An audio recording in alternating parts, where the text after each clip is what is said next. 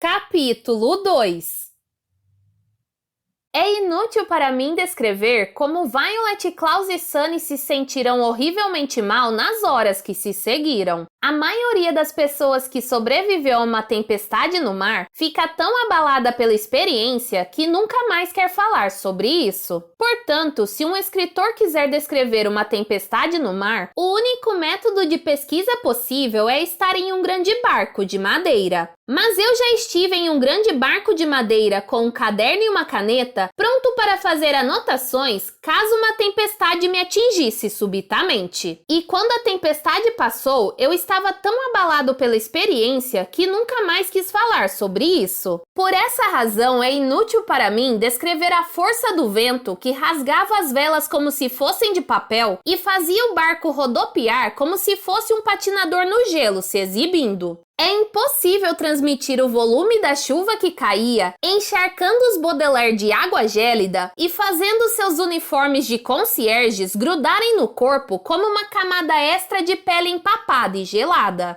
É infrutífero relatar os relâmpagos que desciam fragorosamente das nuvens turbilhonantes, atingindo o mastro da embarcação e fazendo-o desabar no mar revolto. É inadequado relatar como os trovões ensurdecedores ressoavam nos ouvidos dos Baudelaire e é supérfluo recontar como o barco começou a se inclinar para frente e para trás, atirando seu conteúdo todo no oceano. Primeiro o pote de feijões, que atingiu a superfície da água com um forte glop. Depois as espátulas, os relâmpagos se refletindo nas suas superfícies espelhadas, enquanto elas desapareciam no redemoinho das correntes. E por fim, os lençóis que Violet pegara na lavanderia do hotel e transformara em um drag chute, para que a embarcação sobrevivesse à queda do salão de bronzeamento da cobertura, enfunando-se no ar tempestuoso como uma água viva antes de afundar no mar. É vão especificar o tamanho crescente das ondas que se erguiam da água, primeiro como barbatanas de tubarão, depois como tendas e por fim como glaciares. Os picos gelados se elevando mais e mais, até finalmente desabarem em cima do barco inundado e estrupiado com um rugido sobrenatural como a gargalhada de uma besta fera terrível. É improdutivo fazer um relato dos órfãos Baudelaire se agarrando um ao outro com medo e desespero, certos de que a qualquer momento seriam arrastados para longe e arremessados aos seus túmulos de água, enquanto o Conde Olaf se agarrava ao lançador de arpões e à figura de proa de madeira, como se uma arma terrível e um fungo letal fossem as únicas coisas que ele amava no mundo. E não existe utilidade mundana em fornecer uma narrativa sobre a frente da figura de proa se destacando da embarcação com um estrépito ensurdecedor, arremessando os Baudelaire para uma direção e Olaf para a outra. Ou sobre o tranco súbito, quando o resto do barco parou bruscamente de rodopiar e um horrível som rascante se fez ouvir embaixo do sacolejante chão de madeira da embarcação, como se uma mão gigantesca estivesse agarrando os restos do Conde Olaf por debaixo e prendendo os trêmulos irmãos em seu aperto forte e firme. Certamente os Baudelaire não acharam necessário tentar imaginar o que teria acontecido depois de todas aquelas horas horríveis e turbilhonantes no centro da tempestade. Eles apenas deslizaram para um canto distante do barco e se agarraram um ao outro, atarantados demais para chorar, ouvindo o mar em fúria à sua volta e os gritos frenéticos do Conde Olaf,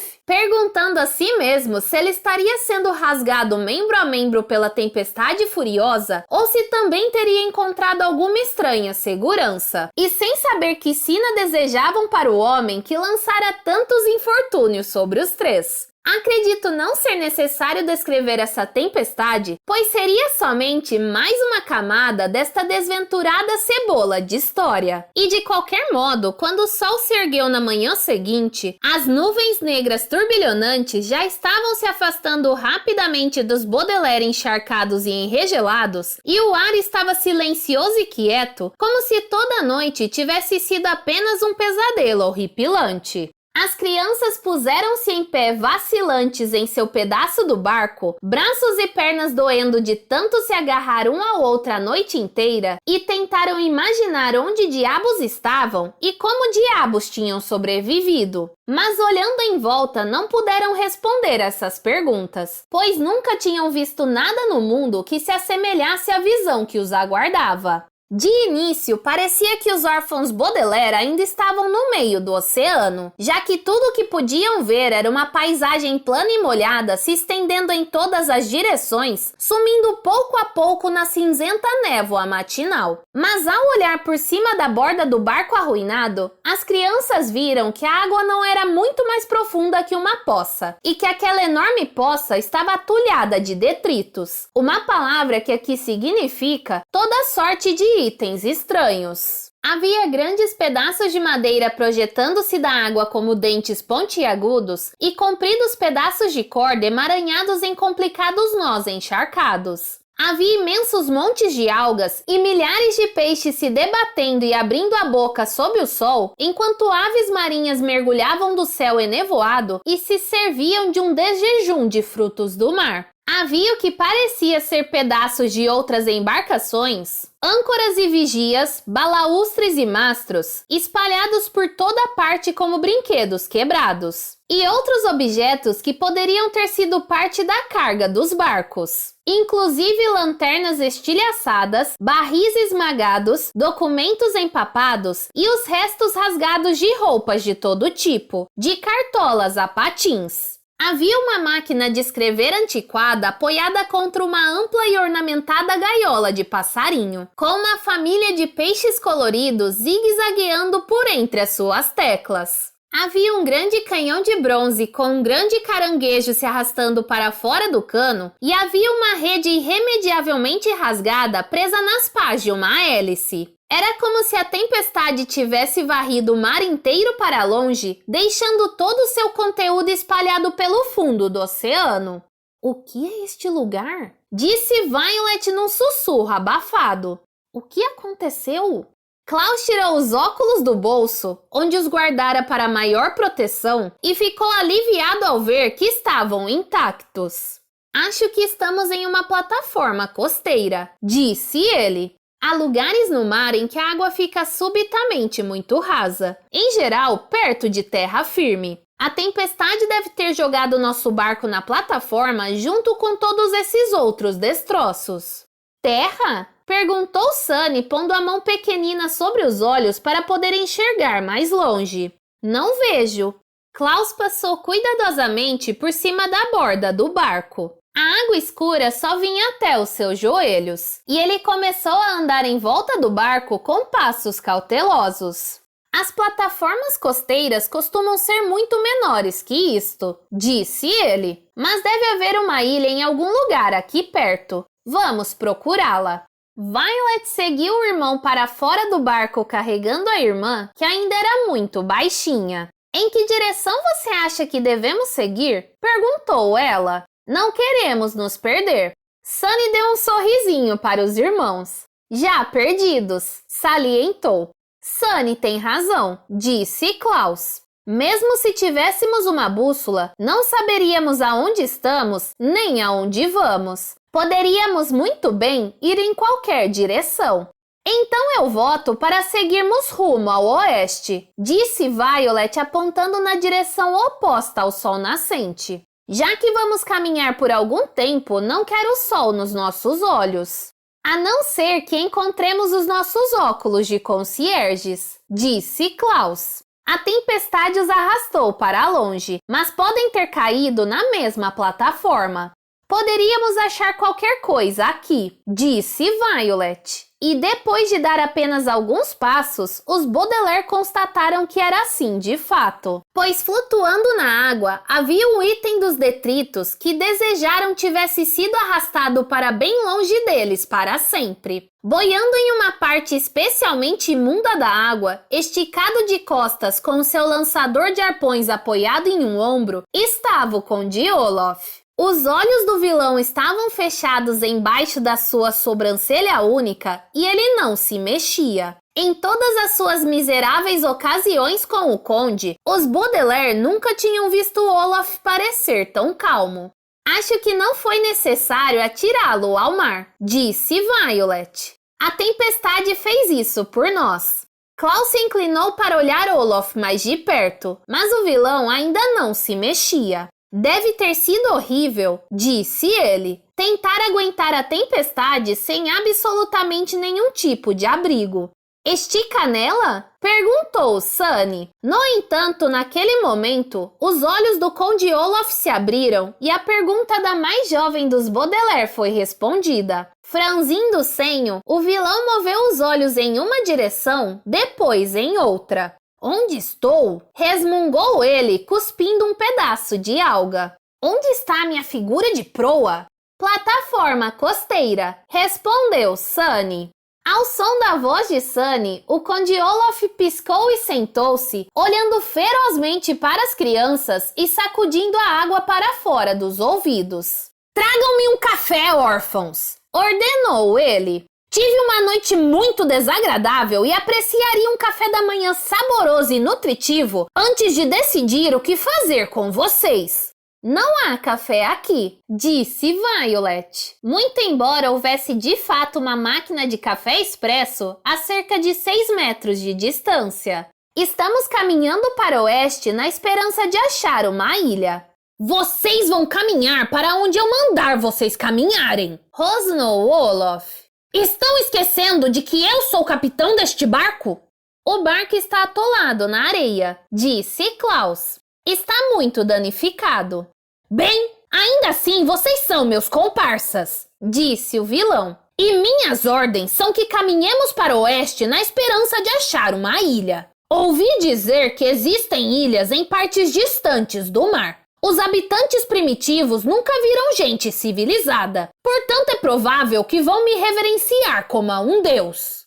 Os Baudelaire se entreolharam e suspiraram. Reverenciar é uma palavra que aqui significa louvar em alto grau e ter um grande respeito. E não existia pessoa a quem as crianças reverenciassem menos do que o homem horroroso que estava plantado diante delas, palitando os dentes com um pedaço de concha e referindo-se aos habitantes de uma certa região do mundo como primitivos. Contudo, parecia que para onde quer que viajassem os Baudelaire, havia pessoas tão gananciosas que respeitavam e louvavam Olaf por seu estilo perverso, ou tão tolas que nem notavam o quão horroroso ele era realmente. Isso bastava para fazer as crianças abandonarem Olaf ali na plataforma costeira. Mas é difícil abandonar alguém em um lugar onde tudo já estava abandonado. E assim, 3 órfãos e apenas um vilão caminharam juntos penosamente e em silêncio rumo ao oeste, através da atulhada plataforma costeira, perguntando-se o que lhes reservava o futuro.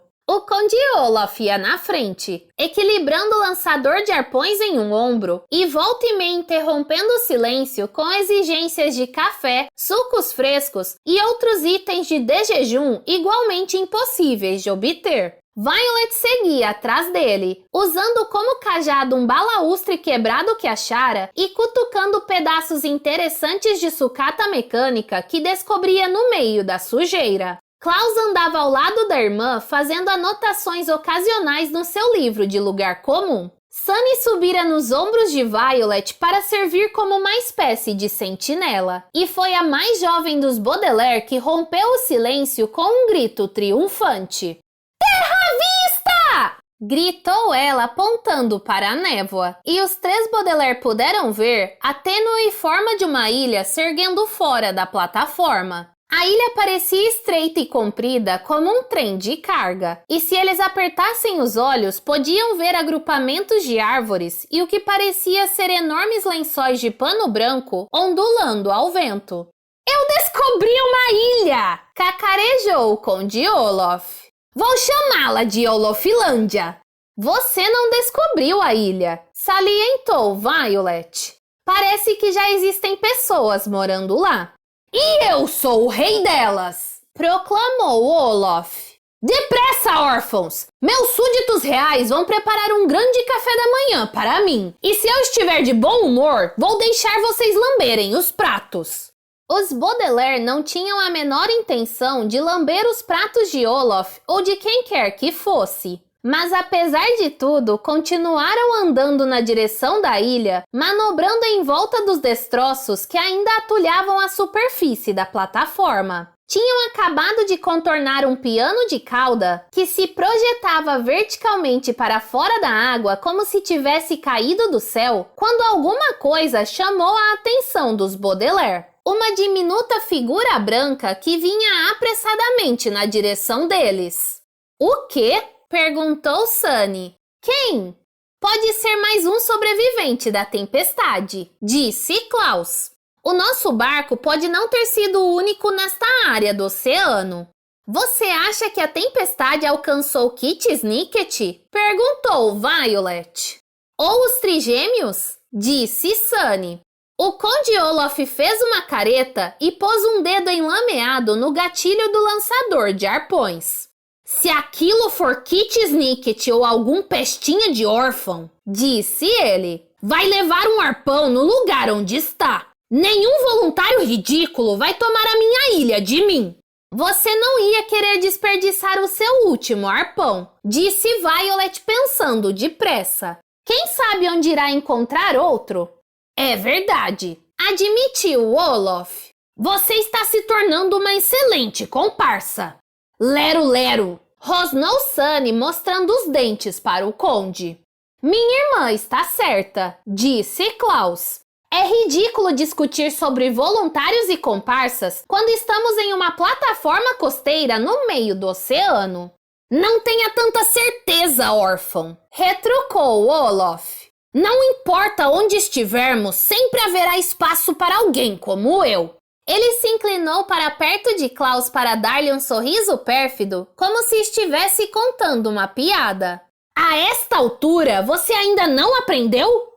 Era uma pergunta desagradável, mas os Baudelaire não tiveram tempo de responder, pois a figura foi se aproximando cada vez mais, até que as crianças puderam ver que se tratava de uma menininha, talvez de 6 ou 7 anos de idade. Estava descalça e vestia uma simples túnica branca, tão limpa que seria impossível ela ter estado na tempestade. Pendurada no cinto havia uma grande concha branca, e a menina estava usando um par de óculos escuros muito parecido com o que os Baudelaire usaram quando eram concierges. Sorria de orelha a orelha, mas quando alcançou os irmãos, ofegante por causa do longo percurso, ela subitamente pareceu envergonhada. E embora os irmãos estivessem muito curiosos para saber quem ela era, também ficaram calados. Até mesmo Olaf não falou nada, ficou só admirando seu reflexo na água. Quando você ficar sem fala na frente de alguém que não conhece, pode querer se lembrar de algo que a mãe dos Baudelaire lhes contara muito tempo atrás e algo que ela me contou ainda mais tempo atrás. Posso vê-la agora, sentada em um pequeno divã que havia no canto do seu quarto, ajeitando as tiras da sandália com uma das mãos e comendo uma maçã com a outra, dizendo para eu não me preocupar com a festa que estava começando no andar de baixo. As pessoas adoram falar sobre si mesmas, Sr. Snicket. Ela me disse entre mordidas na maçã. Caso se veja tentando imaginar o que dizer a qualquer um dos convidados, pergunte qual código secreto ele prefere, ou descubra o que ele esteve espionando ultimamente. Também Violet quase podia ouvir a voz da mãe quando olhou para aquela menininha e decidiu perguntar alguma coisa sobre ela. Qual é o seu nome? Perguntou Violet. A menina ficou mexendo na sua concha. Depois ergueu os olhos para a mais velha dos Baudelaire. Sexta-feira, disse ela. Você mora na ilha sexta-feira? Perguntou Violet. Sim, disse a menina. Levantei cedo esta manhã para a coleta de despojos pós-borrasca. Despós-borrar quê? Perguntou Sunny de cima dos ombros de Violet. Toda vez que há uma tempestade, todo mundo na colônia sai para coletar tudo o que se acumulou na plataforma costeira, disse sexta-feira. Nunca se sabe quando um desses itens poderá ser útil. Vocês são náufragos? Acho que somos, disse Violet. Estávamos viajando de barco quando fomos apanhados pela tempestade. Eu sou Violet Baudelaire. Este é meu irmão Klaus e esta é minha irmã Sunny. Ela voltou-se relutante para Olaf, que fulminava a sexta-feira com um olhar desconfiado. E este é... Eu sou seu rei! Anunciou Olaf com uma voz solene. Curve-se diante de mim, sexta-feira! Não, obrigada, disse sexta-feira educadamente. Nossa colônia não é uma monarquia. Vocês devem estar exaustos, irmãos Baudelaire. A tempestade parecia tão enorme vista da praia que achamos que não haveria náufragos desta vez. Por que vocês não vêm comigo? Poderão comer alguma coisa. Ficaríamos muito agradecidos, disse Klaus. É muito frequente náufragos aparecerem nesta ilha? De vez em quando, disse sexta-feira com um pequeno encolher de ombros. Parece que mais cedo ou mais tarde tudo acaba vindo dar nas nossas praias. As praias de Olafilândia, você quer dizer? Rosnou o Conde Olaf. Eu descobri a ilha, portanto, cabe a mim dar-lhe um nome. Sexta-feira lançou um olhar curioso para Olaf por baixo dos óculos escuros. O senhor deve estar confuso depois da sua jornada através da tempestade, disse ela. Meu povo vive nesta ilha há muitos anos. Povo primitivo! Escarneceu o vilão. Não vejo sequer casas na ilha. Moramos em tendas, disse sexta-feira apontando para os panos brancos ondulantes na ilha. Ficamos cansados de construir casas apenas para que fossem arrastadas para longe durante a estação das tempestades. E o resto do tempo o clima é tão quente que apreciamos a ventilação que uma tenda propicia. Ainda digo que vocês são primitivos, insistiu Olaf. E não dou ouvidos a gente primitiva. Não vou forçá-lo, disse sexta-feira. Venha comigo e decida por si mesmo. Eu não vou com você, disse o conde, nem os meus comparsas. Eu sou o Conde Olaf e sou eu quem manda aqui, e não qualquer idiotazinha de túnica. Não há motivos para insultos, disse sexta-feira.